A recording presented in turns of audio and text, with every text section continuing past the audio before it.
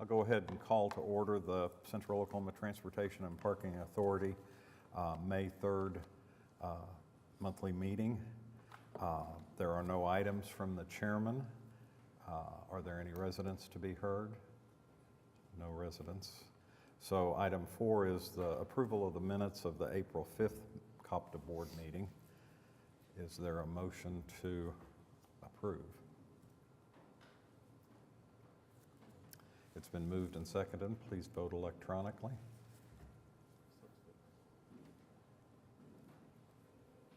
Motion passes. Item 5 is our consent docket. There are 9 items on the consent docket, and I would ask Jason if he could speak to item I, which is a resolution ratifying the administrator's actions approving the professional services agreement with Melissa Rousey. Yes, thank you, Mr. Chairman. This item is as you mentioned, a professional services agreement.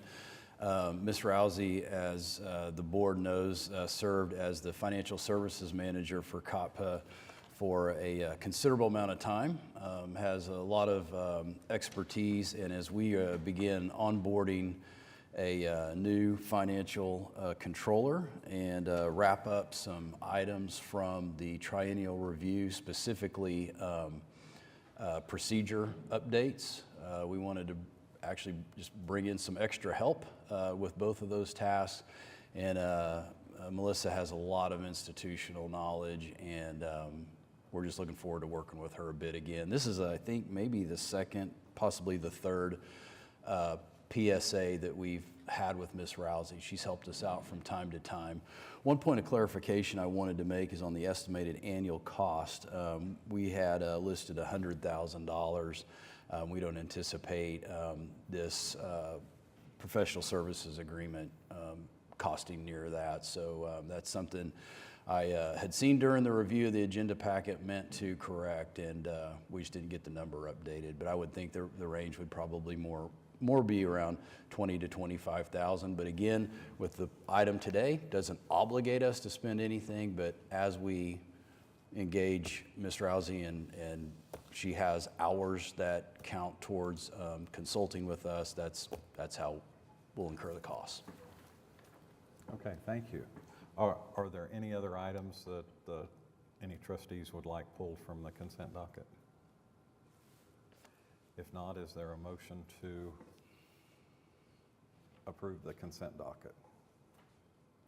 It's been moved and seconded. Please vote electronically.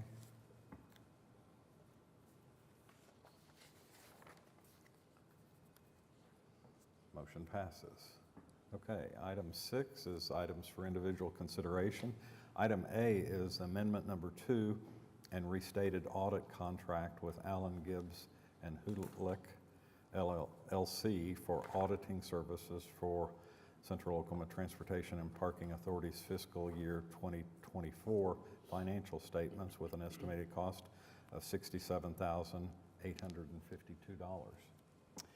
Yeah, so as the board is aware, we have used Allen Gibbs and Hulick, or AGH, for several years. This is the audit firm that the city and really all of the city's trusts use for the financial audits.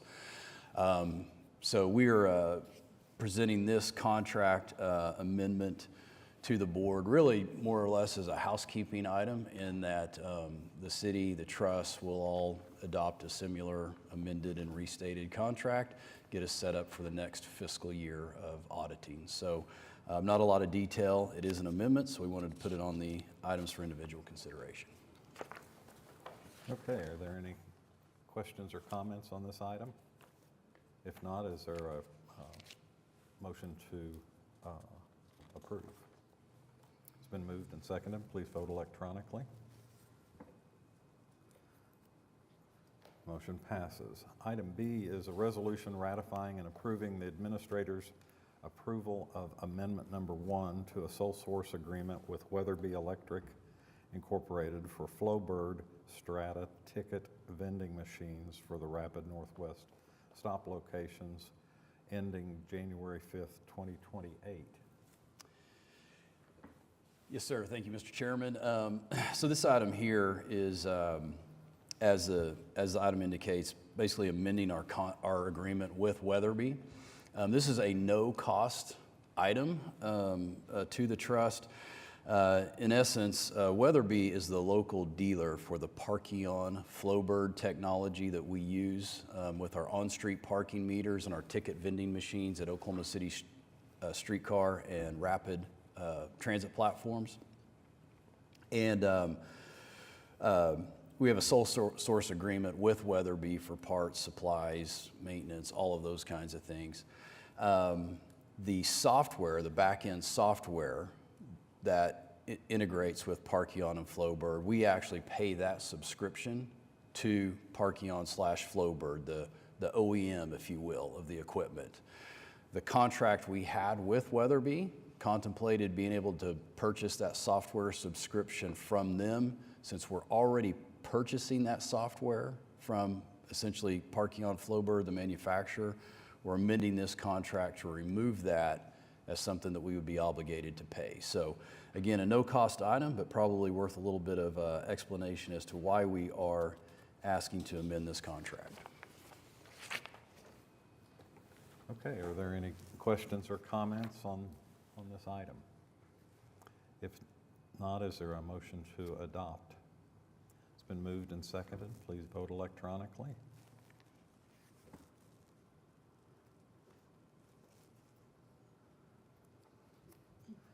Motion passes.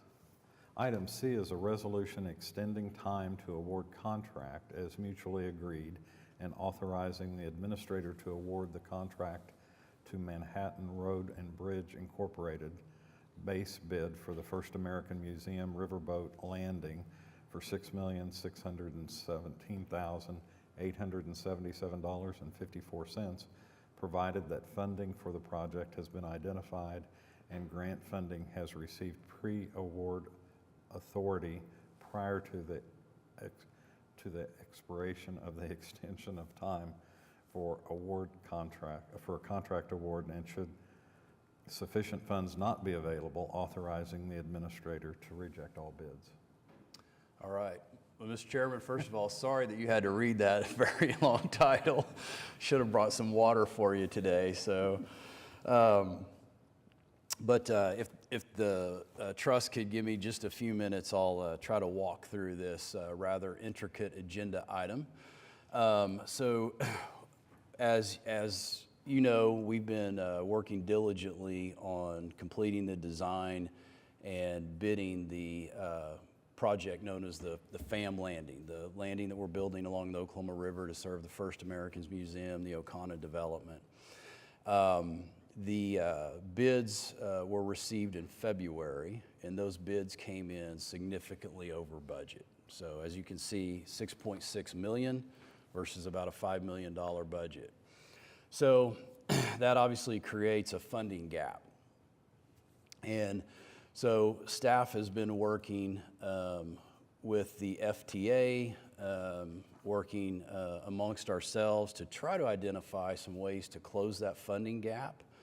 We're in a very positive position in that COTPA has some formula funds that are awarded to COTPA annually specifically for the ferry service, right? So it's funding that we can't even use for the bus service or any other purpose.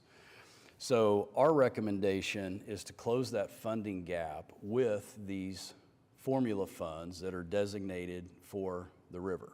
So identified a solution to the funding gap, and so then a couple of other things have to fall into place to make this project a reality. One is we're asking the board to approve extending the time to award the contract. So in keeping with the Competitive Bidding Act that the state requires, along with federal procurement requirements, we have to get authorization to extend the bid, if you will, and we're asking for 90 days. Manhattan has agreed to extend the bid, so got that part check, done, if the board approves this item.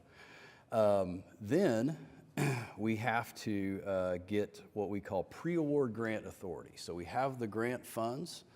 They're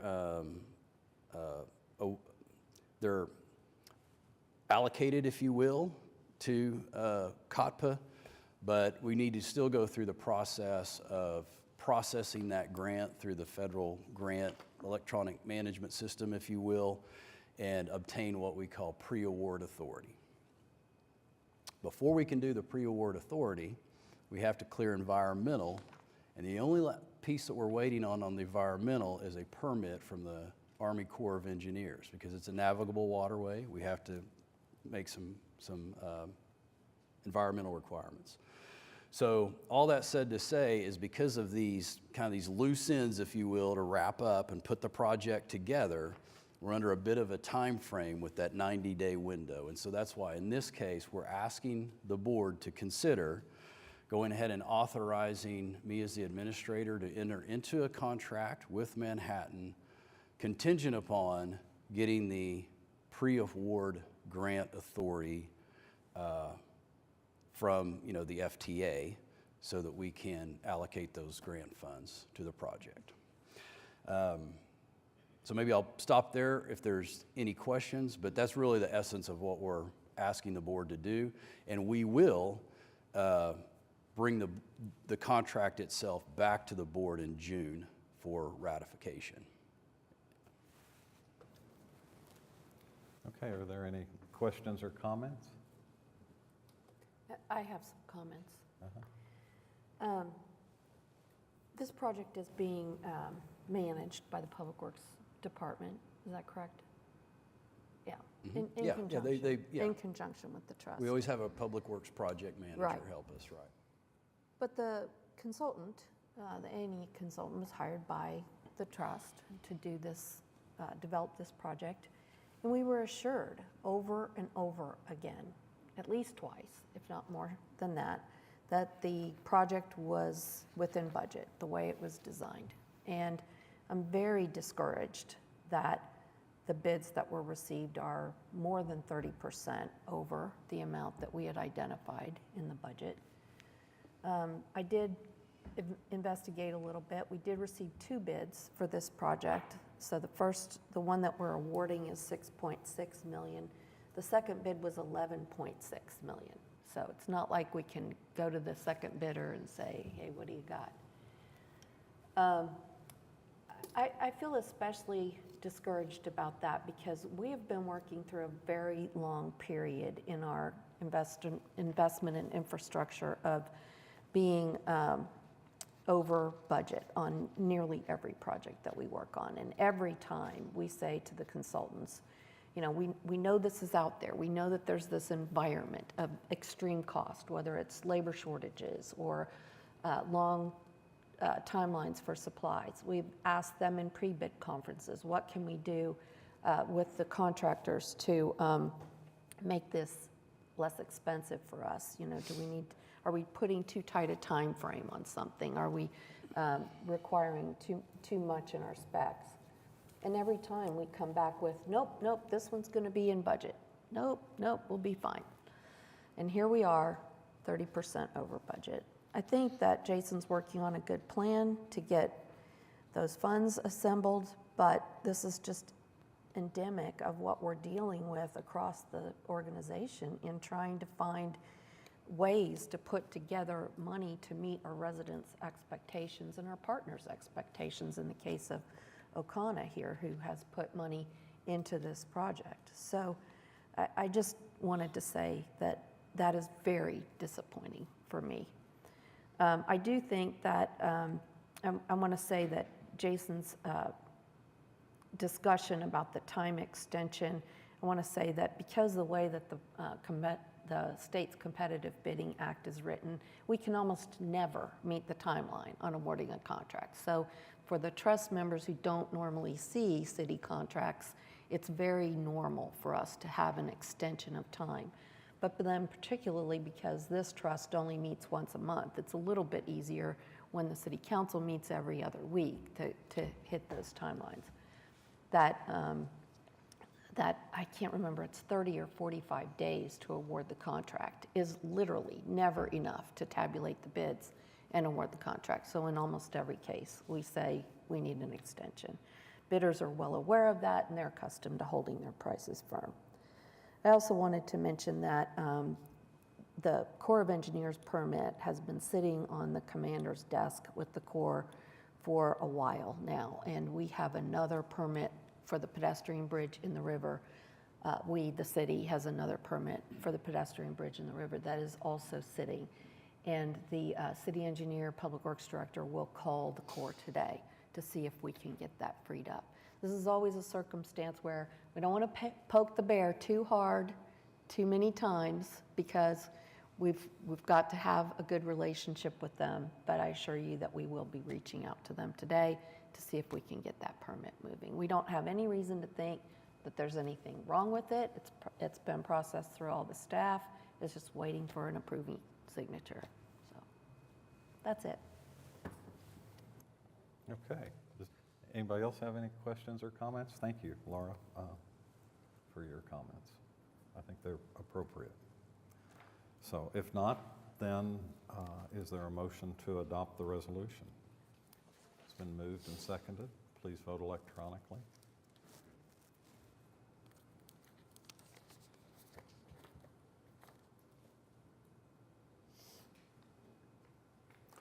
Motion passes.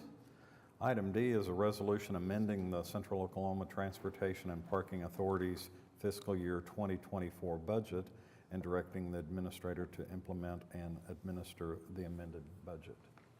Jason? Oh, Suzanne. Good morning. I have a few slides for you this morning. Just two, so we'll keep this brief. But this is our FY24 budget amendment. And I thought I'd just give a little context of why we're here to propose a budget amendment and what that really means. So when we're developing our fiscal budget, we're looking at projections for our revenues. We're looking at what our expenses are going to be in the coming up year. And so with that, that's to provide service. We come up with how we're going to fund that service, those expenses. And so what we've presented to the trustees back in June was the FY24 budget, where we thought we would be this time of year. And so anytime that we're going to go over that budget amount, we have to come to the trustees and ask for an approval to amend our budget to give us budget authority to expend more than what was originally adopted as our budget. And so that's what we're doing here today. The Finance Committee met on Monday, and I reviewed this with them in detail. So I'll just give you some highlights of what we're proposing to you all this morning to amend our budget. So what you have on the slide here and in your packet is specifically our transit bus operations expenses. This is where the amendment is occurring. So we're asking for an increase to our budget of $1.6 million. And the two lines in particular that we've had excess in expenses, and we've talked about this routinely over the months, is our personnel line and our supply line. And so I won't go into great detail of what's caused our overrun there, because we've talked about that pretty routinely. But those are the two expense lines that are in excess of our budget. We were able to realize some savings in our services and our payments to the transportation fund and capital. So with that, it netted us to need a $1.6 million amendment overall. So to fund that, we had to increase our revenues. And some of the revenue sources are our general fund subsidy. So half of that was funded through an increase in the general fund subsidy of $800,000. And the rest of it is funded by increase in our state subsidy. And then also we've seen more revenue in our advertising and interest than what was originally budgeted. So that is how we're plugging that $1.6 million gap in our expenses. And so if the board approves this amendment to the budget, our overall budget goes from $61,518,000 to $63,153,000, and that's an overall 2.66% increase in our operating budget. And you know, in the context of inflation and the supply chain challenges that we've had, 2.66% certainly doesn't seem as bad as it could have been. So we're grateful that we're able to be in that smaller percentage of increase. But that would be the amended budget we're proposing for you today. And I'm happy to answer any questions since I hit a pretty high level. Okay, thank you. Are there any questions or comments?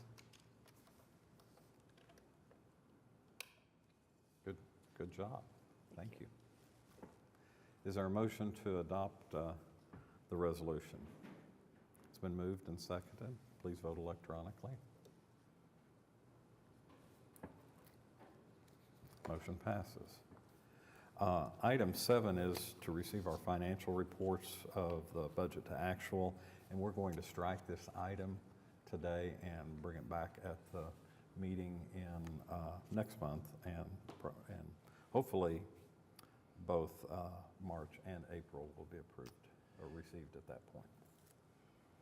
Yeah, for the next board meeting, we'll have payroll and claims, and then budget to actual, the financial reports for both March and April.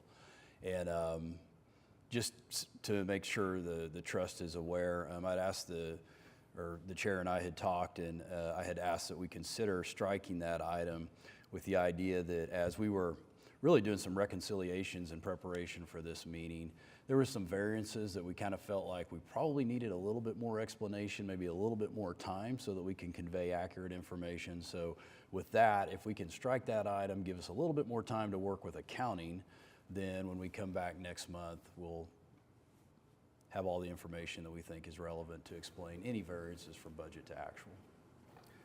We're also changing accounting software effective April 1st, so that was part of your consideration. Yeah, we did change, we as a city have changed financial systems. I must say though, that occurred in April. The budget to actuals was for March. So the March budget to actuals did reflect data prior to that changeover, but yeah, it does have staff really occupied just with some extra duties, if you will, learning the new system. And again, we just need a little bit more time to work through that. Okay. So we appreciate that. Do we need a motion to strike? Yes. Well, Technically, I would do yes, I would do that, or a motion to postpone it definitely to the next meeting. Okay. Either way. So moved. Okay. Second. It's been moved and seconded. Do you want to do this electronically?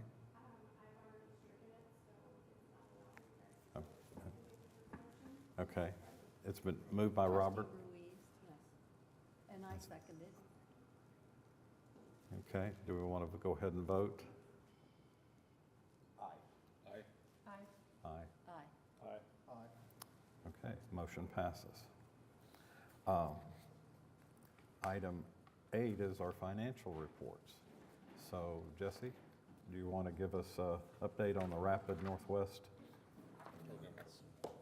program reports and transit system report? Yeah, buongiorno, good morning, Chair, Vice Chair, trustees. How's everyone doing? Have you been traveling? Buongiorno, yeah. I thought you were making a picked that Inglorious up, I think. reference Yeah. with the Brad Pitt character, but never. Exactly, yep. All right, so we are here to talk about March transit report, operations report. We'll start off here at the Rapid Northwest. We'll talk a little bit about ridership. So again, March of 2024, we saw a cumulative monthly total of almost 33,000 riders use the Rapid Northwest in March, which is fantastic. Our average daily ridership for March was just a little over 1,000. Looking at our cumulative total from launch through the end of March, we've seen 125,000 riders use our Rapid Northwest. And then our average daily ridership for December through March, 1,027. And then again, our cumulative here, December through March, our average monthly ridership is about 31,000, just a little over 31,000. I did want to point out one little thing here. During the capital presentation, Jason's going to cover that today. He'll talk a little bit more about the wrap-up of the BRT. But I did want to take a moment here to show this slide here. So this is Rapid Northwest and Embark. We're coordinated maximizing transit during the Thunder Up in the Park pregame events and playoffs.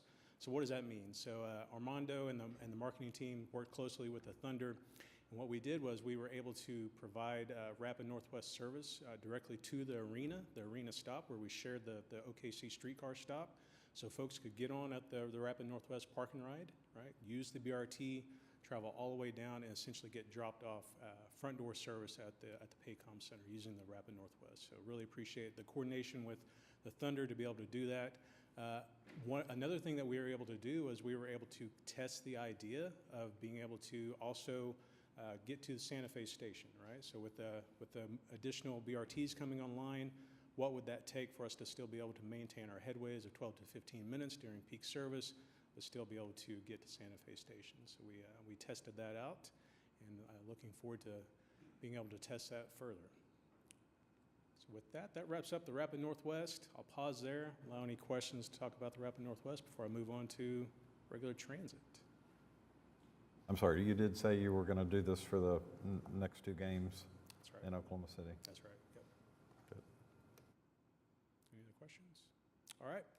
Let's talk our fixed route. So cumulative monthly total for our fixed route service was 214,173. It's a 6% decrease over the previous year of 229,000, nearly a 9% increase of 2022 of 196,000. Our average weekday ridership being just a little over 8,000. This is a 14% increase over last year and a 38% increase over the March of 2022. And our average weeknight ridership being 371. This is nearly a 38% increase over previous year and a 68% increase over 2022. And then our average weekend ridership being just under 3,500 and almost 18% increase over last year and a 33% increase over 2022. So continuing to see growth in our fixed route service. Our cumulative monthly total for Embark Plus was almost 3,800 for 2024. It's a slight decrease, just a little over 7% decrease over previous year, and almost a 9% decrease over 2022.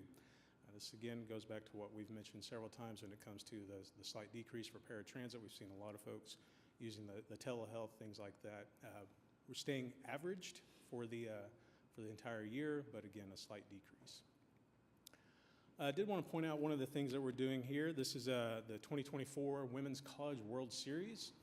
So we continue to work with the WCWS to develop an improved route. Again, shout out to Armando for working with that group to really kind of continue to improve that service. He's worked with them, and we actually added an additional stop. So if you remember in the past couple of years, we've had the stop there at the convention center. What we've added was an additional stop at the Bricktown Ballpark on Mickey Mantle Drive. And so what this allows is there's 2 options now, right? So you can park at the convention center surface lot, ride the service. You can purchase a $4 universal pass, be able to use that service all day. Or you can also be able to, if you're staying at a hotel in Bricktown, you can use that Bricktown stop now and be able to provide that access quickly.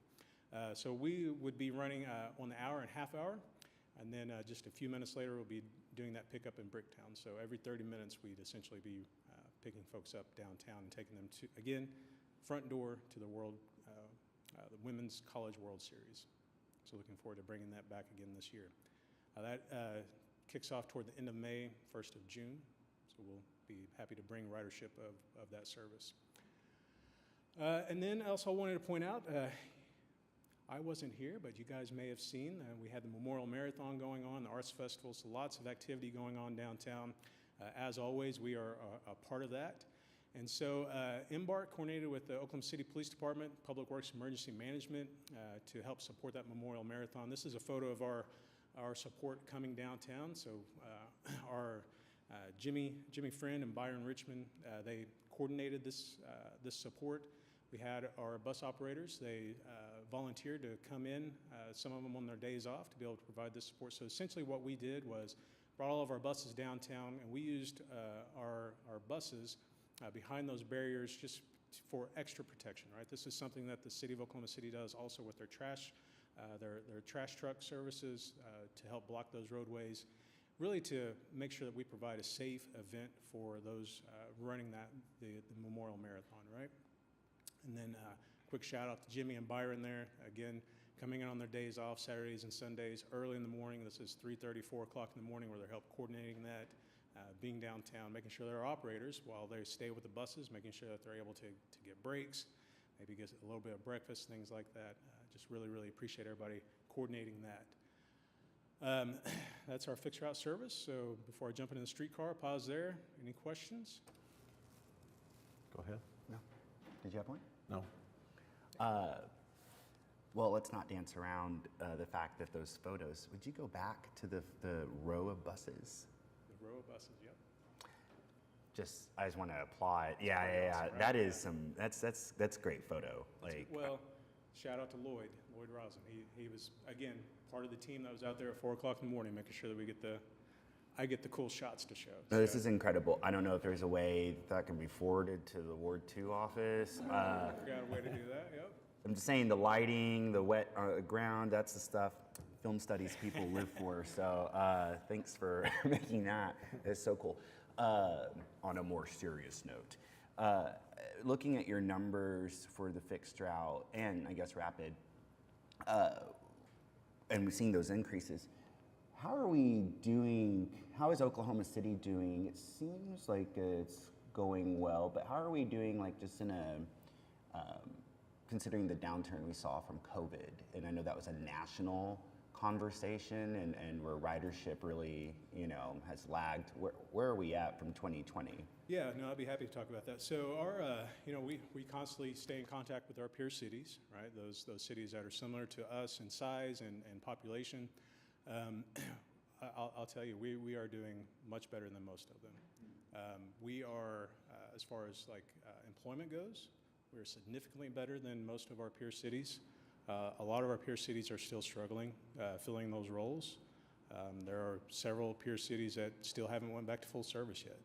And if you guys remember, we only had a slight hiatus where we kind of pulled back service for a little while, and we went back to full service pretty immediately. I think that has a lot to do with our job market and also the ability to attract great folks to come on board at Embark. Our HR team does a really, really fantastic job of going out and meeting with folks and getting those folks to come here. There was a slight downturn with the oil and natural gas. We were able to increase our maintenance team when it came to employment, but specifically when it comes to our operations, it really takes everybody, right? It takes our HR team to get those folks in the door. It takes our training staff to get them properly trained, and then it takes our operations staff to make sure that they continue that training and be able to continue to enjoy where they work. And I think Embark does a really, really good job of doing that.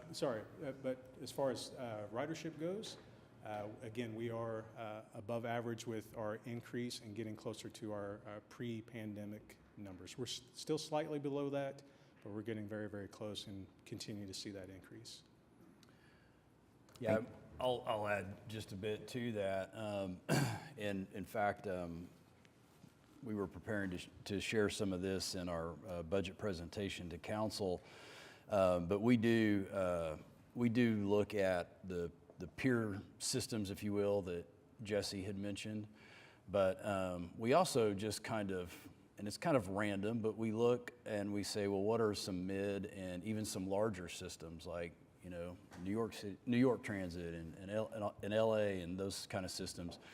And we were looking at that data the other day, and one of the interesting things that we noticed was that we have had consecutive years of growth in ridership since the 2021 time period, whereas I think all but one other system we had in our sampling really showed some fluctuations, meaning like, yes, ridership came back after 2021, but then some declines. So to me, that's really encouraging, is that we continue to build, right? Like we've had consecutive years of growth in ridership. So just a little bit of additional information for you. Well, I appreciate that, and I actually appreciate too the backstory of what we're doing on the back end with the management side of things and the operations and that training for the operators. But yeah, actually, I'm glad you mentioned New York City, because my question was kind of within the context of yesterday having a conversation with someone who was like, well, I don't know what the state of public transportation is. You know, it hasn't really in New York. And so Yeah. I appreciate the actual data and the context there. So I guess there's both the demand that's increasing, but then also we're preparing to meet that demand. And so I think that's a really healthy combination. So and also just again, that photo, I'm just gonna, We'll have Lloyd sign it before he sends it. oh yes, please, you know, the artist. Yeah. Any other questions? Move on to streetcar real quick. All right, so streetcar ridership, our cumulative monthly total for March of 2024 was a little over 21,000. Again, this goes back to, you can kind of look at the pattern there, right? January and February slightly down, March quite a bit up. So this really goes back to good weather, events, and people being out on sidewalks, right? You see those increase, you see our OKC streetcar ridership increase. So this was a 21% increase over 2022, just almost a 1% increase over 2021. Again, coming out of COVID in 2021, we saw a lot of events going on downtown, and so that's why, if you really look at 2021, it's an increase, but starting to see a pretty significant increase there in 2024. Average weekday, just almost 600. This is a 20% increase over 2023. Almost a 5% increase over 2022, and our average weekend ridership being about 901. We're seeing that tick closer to 1,000 as we get into the warmer months. I wanted to point this out real quick. So again, Streetcar and Embark coordinated maximizing transit during the Thunder Up in the park pregame events and playoffs. So what does that mean? So we had streetcars staged, right? So we wanted to make sure that folks could get to the playoff events easily using the streetcar, but then whenever folks were leaving, we wanted to make sure that we had streetcars staged so that folks could easily get back to their parking garages or their parking spots. And so working with Delano and PD, we were able to do that. We had cars staged at Stop 5 and also staged in Bricktown, ready to take those folks to their stops. We also coordinated with the Memorial Marathon, OCPD, and Public Works, again for the Memorial Marathon. So we, every year, we coordinate with those folks to make sure that we provide service. So what do? So we actually start service a little bit earlier on Saturdays and Sundays, knowing that we're going to have to pause during the Memorial Marathon. So we actually start around 4:30, 5 o'clock for folks that are staying in Bricktown or downtown to be able to use the streetcar to be able to get to the starting line. And then we pause. We usually pause our streetcars there at Stop 5, the Scissortail Park stop, and until the lanes are free for us to start backup service. And so what does that starting service backup look like? So typically what happens is Captain George will give us the all clear, and then our staff and the Herzog staff will go out and verify that the streetcar alignment is clear. And so we'll do a safety security sweep before we start service back up, and then we start service back up as soon as possible. One of the cool things that we did this year was we had one of our streetcars wrapped with the Memorial Marathon, so it was kind of cool seeing folks out there taking pictures with the streetcar and things like that. Another thing that we did, every year we also, the training room at the streetcar facility, OCPD, FBI, Homeland Security, all of the safety and security folks that come into town to help manage the Memorial Marathon, they use our facility there as a home base, right? And so we're also able to use our parking lot whenever they bring their truck and their equipment out and things like that. So we're happy to coordinate with those folks to be able to have a space downtown where they can quickly access anything going on downtown. And then also wanted to give a quick shout out to Delano Fisher. He is our new streetcar manager. He's in the audience here, right there, taking a candid photo. So folks may remember Joel Garcia. He was our streetcar manager. Fortunately, his previous life, he was in the heavy freight railroad side of things. He had about 10 years worth of retirement when it came to heavy railroad. About 6 months ago, some folks approached him about coming back to Texas, where his wife was commuting every day from Oklahoma City to Texas, and so it was an opportunity for his family to improve their quality of life. So he went to Texas, and he was able to get his railroad retirement back and be where his family needed him. So sad to see Joel go, but happy to have Mr. Delano Fisher. So Delano Fisher is actually was the maintenance manager for Herzog Transit. And so he comes over with several years of streetcar knowledge and inner workings of the OKC streetcar. So I wanted to make sure I give a quick shout out to Mr. Fisher. All right, we'll talk about Smokey's ridership. So in March, we saw a slight decrease. So our cumulative monthly total for March was 352, about an 18% decrease over the previous year of 434, but an increase of 2022 of 203. And then I want to take an opportunity to talk about our river, Oklahoma River Cruises. Again, so we're talking currently about March, right? So we shut down service through December through March, but service has launched earlier this month, so we'll be able to show some ridership the next transit report. But I did want to take an opportunity to kind of talk about what we do during those off times. So this is our Devon Explorer haul out. Right, so this is where we have our trailer, our specialized trailer, and towing service come in, take the boat out of the water, and then we bring it into our facility there where we really give it more or less a refurbish, right? So the Devon Explorer received new propellers, bearings, shaft seals, bottom paint, handrails, seat cushions, batteries, and refurbished topside paint to help maintain that above average condition. So happy to see that above average condition and continued quality boat service. And then we, April 25th, put that back into the water, prepping for that service. Again, I love cool photos, so I thought this was a cool photo. Jesse, how old are those boats? That is a great question. I don't have the Yeah, I was answer. just curious bet if you. Mark knows, though. There you go, 2000? 2008. Yep. All right. That completes the transit report. Happy to take any questions. Any questions for Jesse? Good report, thank you. Thank you. Okay. Now, we have a capital improvements projects presentation. Jason? Yes, sir. Thank you, Mr. Chairman. Unfortunately, Kristen, who normally presents, is out today, so I'm going to try to take us through this rather quickly. Starting on this first slide here, we wanted to provide the board with an update on the Villa Bike Lane project.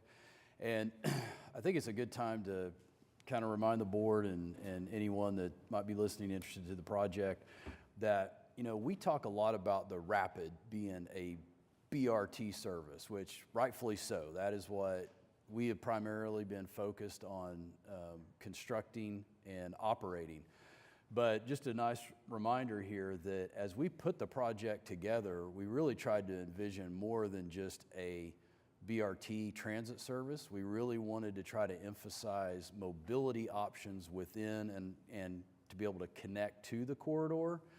And so what we haven't spent a lot of time talking about, although we have visited from time to time, is some of the local match projects that Public Works is managing for us, and that really were critical in securing the grant, because these projects that are being funded and constructed with local funds serve as matching dollars for the construction money we basically spent, you know, building out the corridor. So anyway, we are to a point where we are wrapping up the last of the local match projects. This is the Villa Bike Lanes.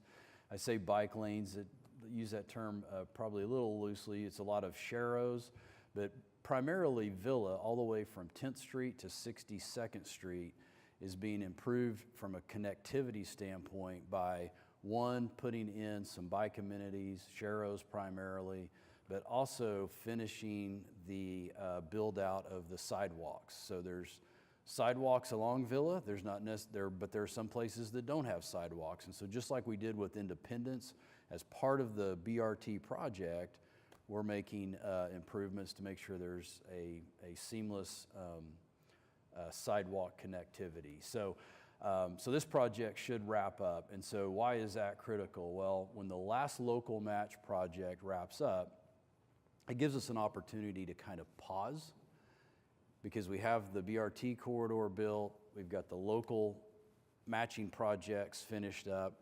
Then we can really take a look at our budget and any remaining grant funds that we have. And we are optimistic. It does appear we're going to have some remaining grant funds. And so I might just remind the board too that especially through the the BRT Stakeholder Committee, we had several ideas that were presented to us as staff, like, you know, wouldn't it be nice if we could do this, or can we do something else for this intersection?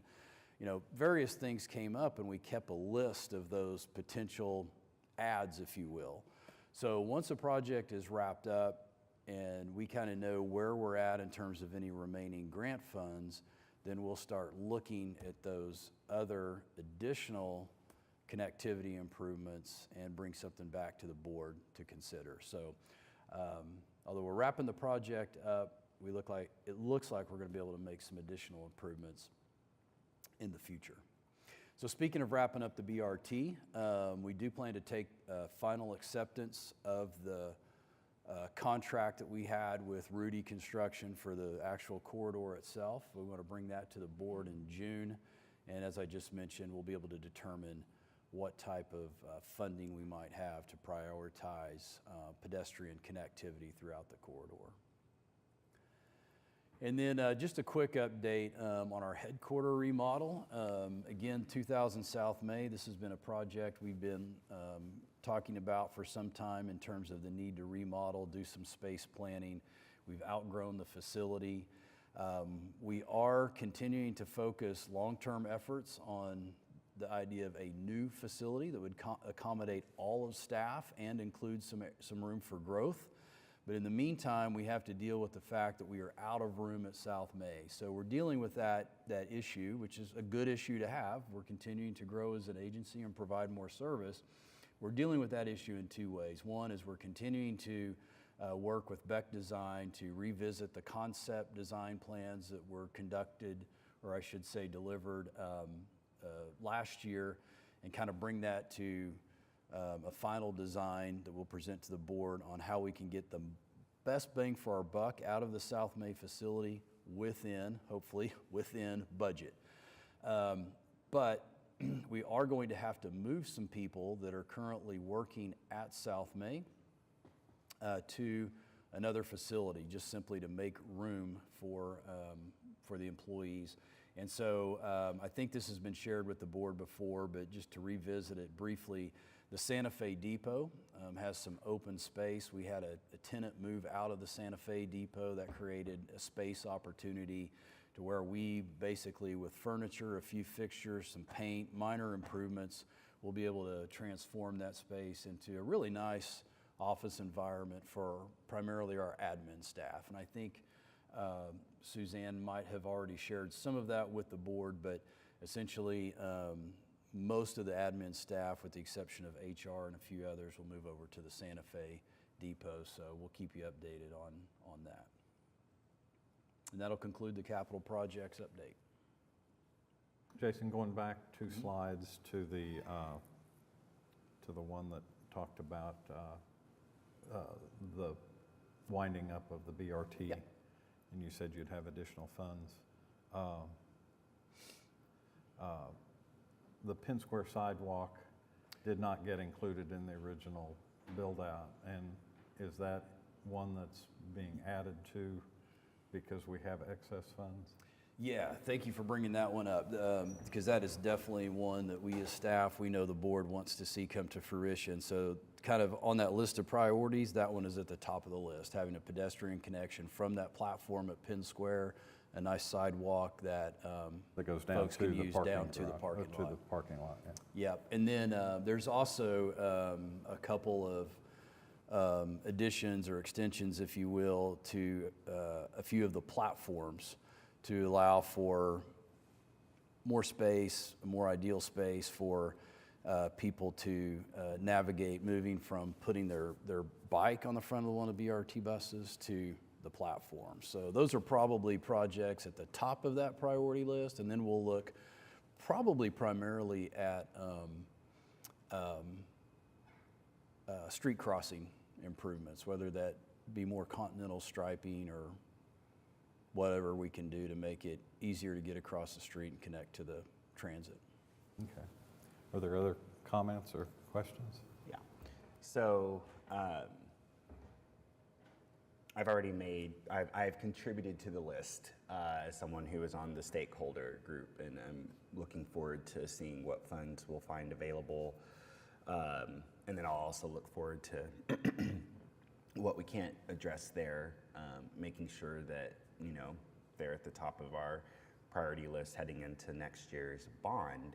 I'm glad we're on this slide though, because if one were to look closely at Villa, and this is something I just about a week or two ago attended a Belle Isle West Neighborhood Association meeting. And Belle Isle West, for those of you who don't know, is literally just on the west side of Villa, and then Belle Isle right to the east. We met at Belle Isle Library there at Northwest Expressway and Villa. They are ecstatic. So let me do the good news first. They're ecstatic about the sidewalks. This is something that they requested when I was knocking doors over there 5 years ago. They're deeply concerned about their kids getting to the school, which is right here. They're deeply concerned about their kids after school and before school and on breaks getting to the library safely. So they're just really tickled pink about the sidewalks. They were also excited to see the markings go down for the bike infrastructure. They're ecstatic about the Oak. They're ecstatic about the BRT. They appreciate the vision I have shared for them of where I want to go with Northwest Expressway, which is to, you know, make it a little bit less of an expressway. That's what the residents are asking for, and I'm just there to champion that. Okay, so here's the pickle. So looking at this screen, if you were to hone in along the sides of Villa, like if you look at those dark patches, and then if you were to, I don't know, Google pavement condition index and OKC, where one could look at the technology results of what are the street conditions. And if you were to look at Villa, that same stretch that's visible on our screen right now, from 55th Terrace up to the school, is in red on a scale of 0 to 100. And that stretch has a condition index on, again, a scale of 0 to 100 of 17. So our kids, their families, if they're in a car or whatever, they're going on a street that is at a 17. The condition varies because once you get in front of the school, then that condition is a 49. If you keep going up to 62nd, it is a 65, which is supposedly better. When I say that there are things that I'd like to prioritize going into the bond, it is the street condition, for instance, here on Villa, which, by the way, a lot of people will veer off of Expressway and use Villa, which is between two neighborhoods, a school, a park, as like a speedway. My concern, and I bring it to the trust right now, and I'll bring it to the council's attention too, is I was a bit shocked, discouraged, to use a word from earlier, to see the bike infrastructure, those boxes go down on Villa, because that means we put those bike boxes, like if you look at that, we put that infrastructure down on street conditions that are a 17. So there's no protected bike lane. There's not even that's tier 1. Tier 2 would be just the striping on the side of the road, which if you did that here would be literally, you see those patches, right? That would be where people would be biking. But, so they're not tier 2, so it's gonna be tier 3.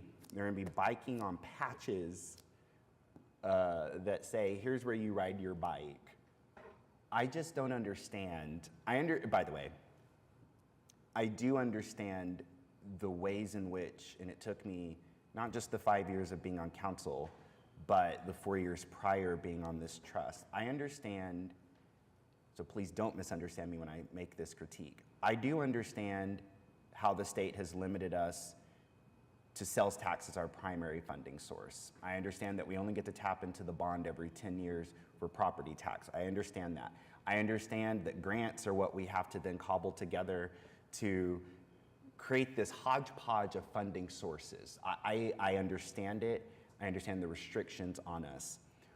What I need help with going forward, particularly as we go into this bond, and really to Jason's opening remarks of like, well, it's not just about the BRT, it's about that first mile, last mile connection to the BRT on foot, by bike, right?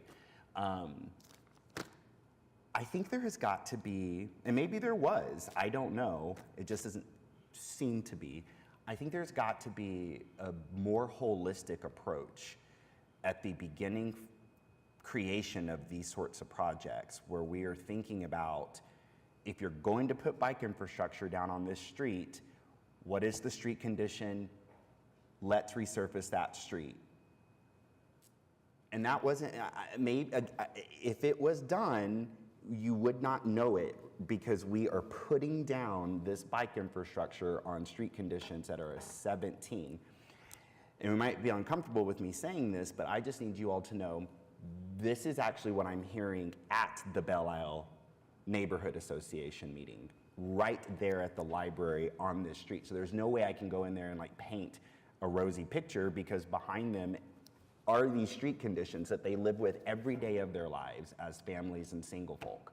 So I don't know what's going on that there was not a coordination. I don't know if it's between departments, funding sources, but I just think there needs to be, as we go forward, as we move forward, a holistic conversation about street conditions, the pedestrian, the bike infrastructure, the public transit, how all that all works together. This is especially on my mind. I'll conclude here by saying we are so excited in the Paseo that we are wrapping up the streetscape, and we'll have the ribbon cutting a week from today at 11 o'clock in Paseo. You're all invited. We just found out this week, we being the Paseo board, me the council member, and the merchants will learn soon, and so too will the residents, that as that streetscape wraps up, a utilities project will now begin. And it'll be a 210-day project that will go from 23rd to 30th, Hudson over to about Western, or maybe even Chartel, excuse me. And no one knew, none of us, maybe staff knew, but none of us on that board, the merchants didn't know, the residents didn't know. We thought this was the end of the project and we were preparing for Walker's streetscape from 23rd to 30th. Thankfully, staff who showed up from utilities and Mike Clark, who again remains one of the city's just strongest, most effective communicators with residents. Thankfully, they understood that there were these multiple funding sources, that utilities has a separate funding source, the streetscape had a separate funding source, but it took having to explain that, and they're still gonna have to live through it. Like they're gonna have to live through a 210-day utilities project having believed that the streetscape was the end of the thing. It's this, and then hearing Laura's comment earlier about the consultant when it came to the FAM, y'all know I believe in good government. Y'all know I believe on the words that are on each side of this building, but something is askew. It's not a conspiracy theory, it's not a malicious intent comment. It's just something isn't quite connecting sometimes in terms of us thinking through these different funding sources that we're using and then being able to communicate that back out to the residents at the start of projects. Even being honest with them by saying, hey, there's gonna be a gap and something else might be coming. So these are the sorts of things that, as I've been sitting here this whole meeting, it's like my brain is constantly playing a game of like building blocks and trying to remember these funding sources and remembering these different pieces of infrastructure and trying to connect the dots for myself and then my residents. So this is frustrating to me, is what I wanted to say. This is both encouraging and frustrating. Two things can be true at once. So I'd love to have a conversation with you about this after this, but I do want to say that particularly these villa improvements, were well coordinated between Embark and the Public Works Department. In fact, years ago, working together to identify the matching funds that would come from the bond project for these sidewalk and bike infrastructure and pedestrian improvements. I will say that I recognize that in the community, there's an observation that we're putting lipstick on a pig at some point with the bike lanes going onto a low-quality street. At that point, we have to make an evaluation of whether or not we're going to go ahead and put that paint, which is essentially what it is paint on a poor quality street, patching as much as we can, and move forward with a bike infrastructure piece that will at least be in effect for the 3 to 4 years it may take us to get the money together from a new bond authorization to make those street improvements. You mentioned how long in advance we have to do that planning, and I know that you're frustrated with that, and so are we, but on the other hand, it's very difficult to commit to the residents that we'll do something when we don't have money available for it right now. But as you know, we're coming to the end of a GO bond program, and that's where it's really hard to cobble together the money to do a street project in lieu of or in addition to the bike project. So then we're faced with, do we do this bike project that we know will at least be available to the residents for the next 3 to 4 years, and then follow up with a good project, or do we do nothing? And that's where it seems better to do something than nothing. I don't feel like it's a waste of money. It may appear to the residents that we're not doing the best thing, but we are doing a good thing. So I just want to lay that out there. I apologize for the utilities project on top of the Paseo improvements project. I know that sometimes those things are unpredictable emergencies that arise as a factor of the street enhancement exposing the fact that the utility lines were in bad condition and need to be repaired. And so you don't always know in advance. But it has been my mission for the last 5 years at least to try to get them to work together better. It's really hard. They've both got a lot of work going on. So they're trying to meet deadlines, find funding sources, and coordinate that. I apologize for what happened in Paseo because we never want that to happen. So.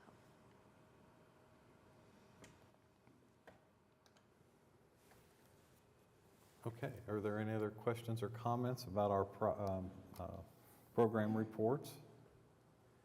If not, is there a motion to receive our program reports? It's been moved and seconded. Please vote electronically. Motion. Count me as a yes. My computer died. Okay, motion passes. Okay, item 9 is items from the trustee. Anything? Jason?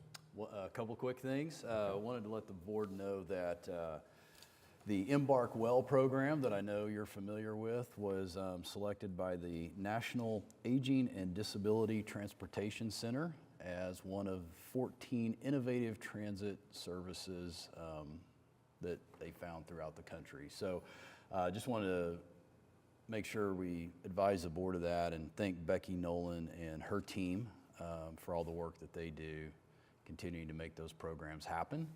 And then also wanted to mention that we were able to join Councilwoman Nice's town hall meeting. I believe that was on April 23rd. And at that meeting, we were able to showcase one of our BRT buses and was very well received. So always thankful for opportunities to partner with council and others. And I know Trustee Cooper, hopefully we have some ideas for some neighborhood events this summer, but it's always great to be able to collaborate and have those partnership opportunities and get out to the community, show folks what we do. So thank you for letting me make those comments. All right. At that point, we're to item number 10, which is adjournment. So thank you all. Have a good week, and we'll see you next month.